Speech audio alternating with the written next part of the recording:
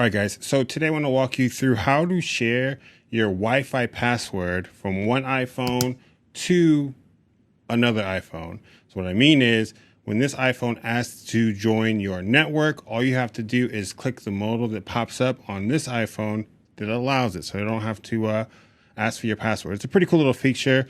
I'll walk you through how to do all of that. Let's jump in. So first, some requirements, the phones, right? We need to make sure that this phone and this phone, they both have a contact in each other's phone, right? That's creating that link that we need. Now this phone needs to be connected to the Wi-Fi that this phone has. And the process, watch this, it's super cool. We'd open up our settings and then we'd open up Wi-Fi.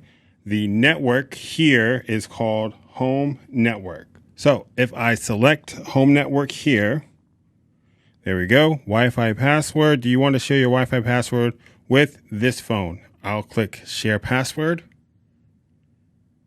It says complete. And this one is now connected to the Wi-Fi. So no longer do we need to, say, hey, look at the back of the router or things like that. If we have iPhones, we can share them between each other. So if this video helped you, if you could, like the video, subscribe to the channel. Thank you so much. And I'll see you next time. Bye.